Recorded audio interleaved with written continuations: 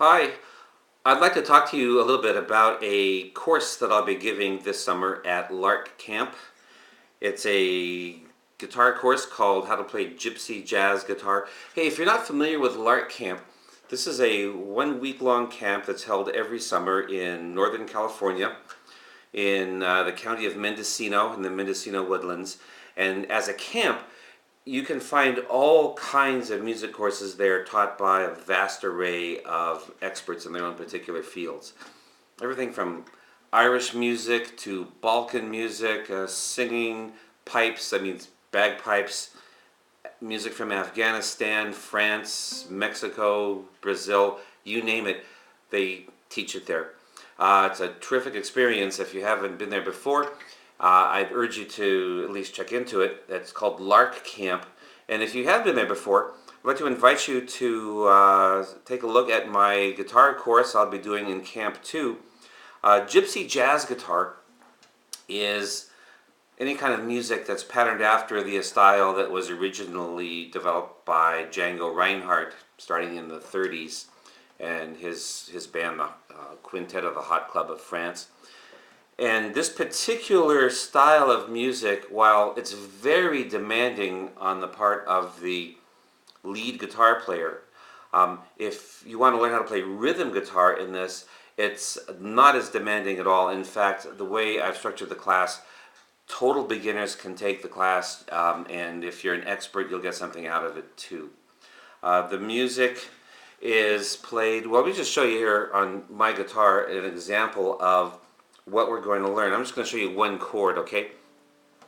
And a lot of the chords we do are like this in the sense that they consist of only 3 notes that you play on your guitar.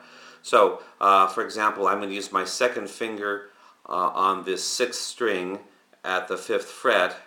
So this would be an A note here. I'm going to skip the 5th string. That doesn't get played. And the 4th string, I use the first finger here at the 4th fret. If you can see that, I don't know. And the 3rd finger I will put on the 3rd string at the 5th fret. So I will be playing these 3, the 6th string, the 5th string is not played, and what I'm doing is I'm actually muting it with my left hand here. Then the 4th string is played like this. Remember, the first finger is holding that down. And then the 3rd string is played, and the top 2 strings are not played at all. So if you're a beginner, this is pretty easy to do, to get these simple 3-note chords. There's no bar chords here at all. In fact, for the most part, we will not be playing a lot of bar chords, and a lot of the other chords that you play are just as simple as this. Now, if you're an expert, this is a lot more challenging than it might seem, because not only are you playing the notes that you're supposed to be playing with the left hand, but also with the various parts of the various fingers of the left hand, you're muting those notes or strings that are not supposed to be played. So you get this very peculiar sound out of the guitar, and this is just exactly what's needed for your guitar accompaniment. And the chords themselves, some of the songs are pretty simple, some are a little bit more involved, but just with this one particular chord voicing, we can play entire songs. There's one that we will probably be doing called Minor Swing, which starts on this chord. And by the way, this chord has a name, but it's got more than one name. This is actually 7 different chords that come out about just from these 3 notes. And it gets into a little bit of music theory there, and I'm not going to go into that right now, but you'll be learning that this summer if you take the class. And of course, if I can play 7 different chords just with this one particular position on the 5th fret, if I move this up and down and take advantage of all 12 frets, I now have 12 times 7, what is that, 84. 84 different chords that I can play just from this. This includes minor chords, it includes 7th chords, 9th chords, half diminished chords, diminished 7th chords, quite a few of them. So we can learn this one chord. Chord changes up to here. This would be called the 4 chord.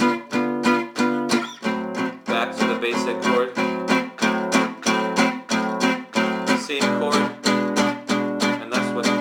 my 5 chord there, this would be an E7 or an E9.